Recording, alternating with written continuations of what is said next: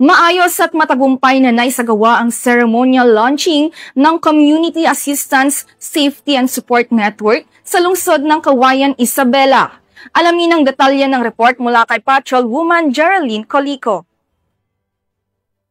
Tuloy na pagpapatibay ng ugnayan at pagtutulungan ng kapulisan ng Cauayan Component City Police Station at sa buong komunidad tungo sa mas ligtas na pamayanan ay maayos na inilunsad ang Community Assistance, Safety and Support Network dakong alas 8 ng umaga kahapon, ika-8 ng Setyembre nitong taon sa Cauayan Component City Police Station, Barangay Cabaruan, City of Cauayan, Isabela.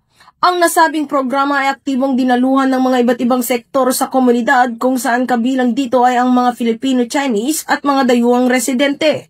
Sinimula ng programa sa pamamagitan ng isang mataimtim na panalangin na sinundan naman ng maalab na pagbati ni Police Major Christian M. Felix, Deputy Chief of Police ng Cauayan Component City Police Station. Sa kanyang mensahe ay kanyang nilinaw ang importansya sa pakikipagtulungan ng buong hanay ng kapulisan sa bawat miyembro ng komunidad para makamit ang kapayapaan at kaligtasan ng bawat isa. Tinalakay naman ni Police Lieutenant Judivina Ballesteros ang pangkalahatang ideya ng programa at kaagad namang ipinalabas ang isang audiovisual presentation patungkol sa nasabing aktibidad. Itinampok din sa naturang programa ang paglagda sa Pledge of Commitment and Support kung saan nagpahayag ng suporta sina Mr. DJ Mata, Local Government Operations Officer 3 at First Lieutenant Cristolion Reyes, Operation Officer ng TOJ2.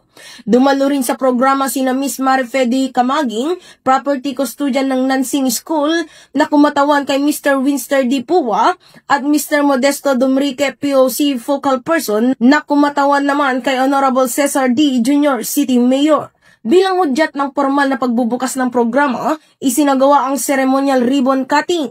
Layunin ng Community Assistance, Safety and Support Network na labanan ang krimen at isulong ang kapayapaan at kaayusan, partikular sa mga komunidad na may mga dayuhang residente. Pinatitibay nito ang tiwala, pakikipag-ugnayan at aktibong partisipasyon ng parehong mga lokal na mamamayan at mga dayuhan sa programa ng kapulisan. Mula dito sa lalawigan ng Isabela, ako ang inyong Police News Network Correspondent, Patrolwoman Geraldine Colico, alagad ng batas, tagataguyod ng Balitang Pulis.